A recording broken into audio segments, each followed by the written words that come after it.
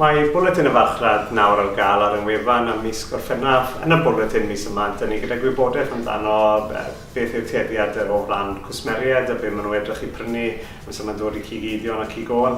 Ac hefyd dyn ni gyda gwybodaeth ynglyn â prisiau'r farchnad am y mis diwetha a beth yw'r patrymau sydd dechrau gael ei dangos yn y farchnad. O ran prisiau wyn, dyn ni wedi gweld bod cynnydd wedi bod yn y pris yn ystod yr bythownos diwetha. Ers canlyniadau'r EU referendum trwyddo, dyn ni wedi gweld bod y bint wedi gwnhau yn erbyn y euro.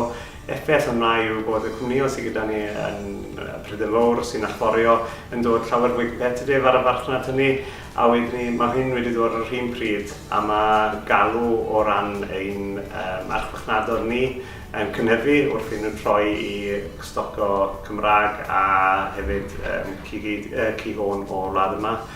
Mae hwnna yn gwneud bach fwy o gystadleuaeth yn y farchnad, a fel dyn ni'n gwybod, mae unrhyw fath o gystadleuaeth yn y farchnad a mae cynnyrch yn helpu gyda prisiau, so dyn ni wedi gweld prisiau yn cynyddu.